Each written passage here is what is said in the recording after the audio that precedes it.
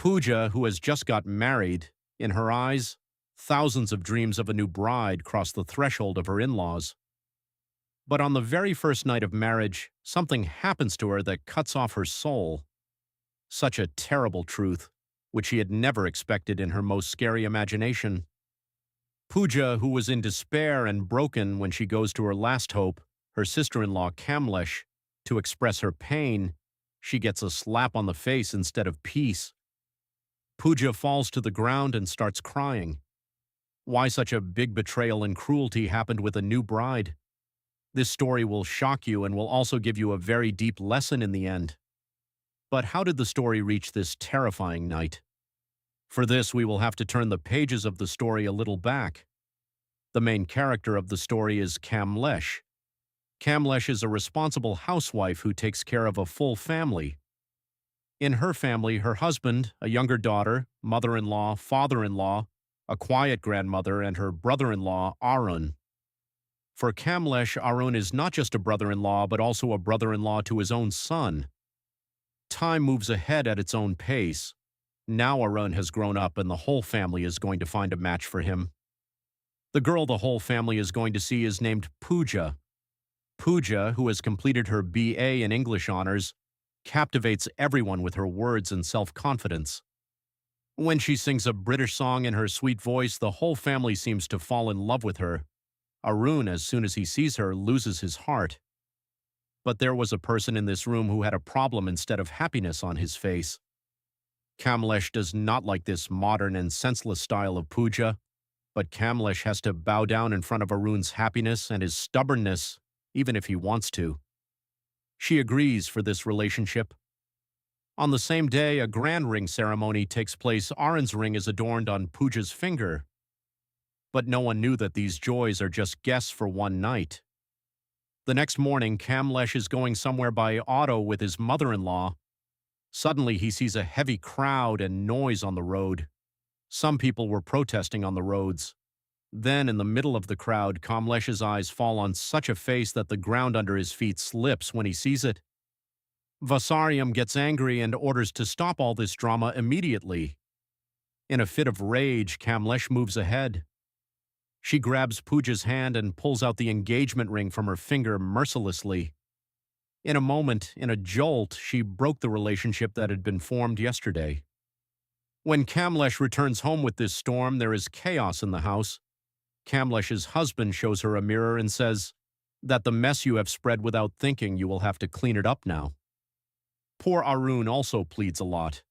He tries to explain that Pooja's thinking is not wrong, but Kamlesh was blinded by his pride.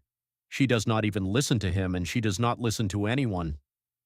After a while, there is a beautiful and emotional turn in the story.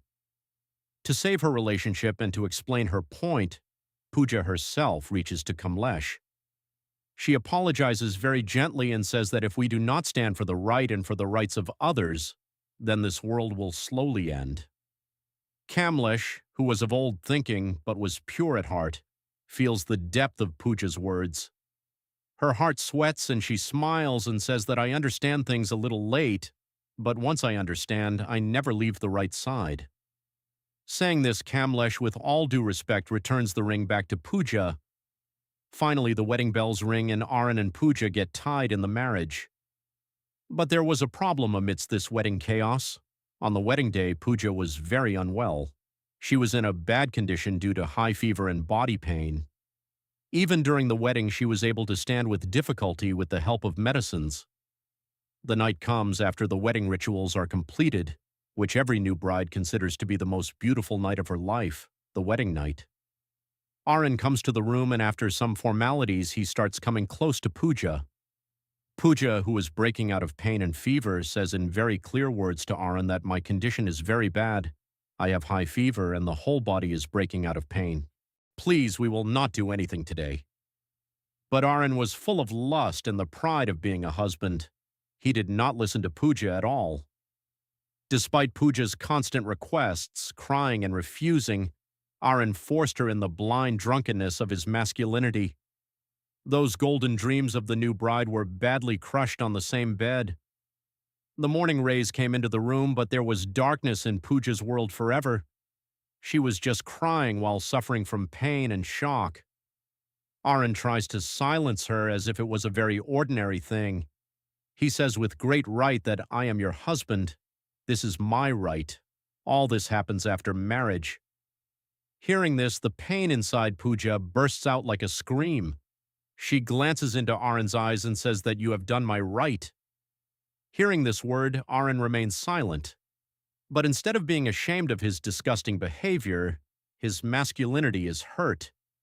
He gets angry and says that if you think I have done something wrong, then go out and shout and tell everyone. Saying this, he mercilessly takes Pooja out of the room. As soon as Pooja comes out of the room, she sees Kamlesh standing in the courtyard. Kamlesh was talking to some women of the house in the neighborhood. Pooja hears the voice of Kamlesh that women are not as afraid of a bomb explosion as they are afraid of becoming a spectacle of their honor.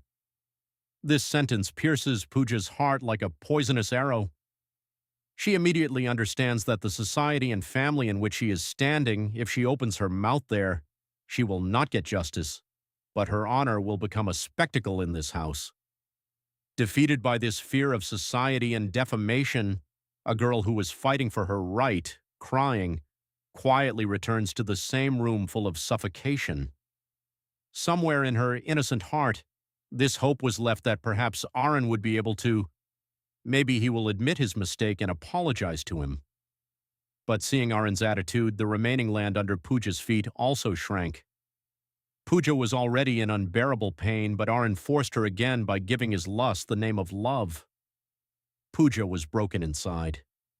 She understood that what the world calls the love of husband and wife, it was only a marital affliction for her, against which she could not do anything. The next morning, Kamlesh's eyes fell on Pooja, who was standing on the boundary of the roof. Pooja's eyes were desolate, and seeing her silent face, Kamlesh's heart was left with a thud. Even after Kamlesh's lax of questions, Pooja did not tell that terrifying truth of the night. Kamlesh understood that something was very wrong, and without asking much, Pooja was left at her mother's house. Reaching her mother's house, Pooja thought that perhaps there is only one mother in the world who can understand the pain of her daughter. She told her mother all the truth of the past night and the cruelty of Aron alone. But the answer given by her real mother was more terrifying than Aron's beastliness.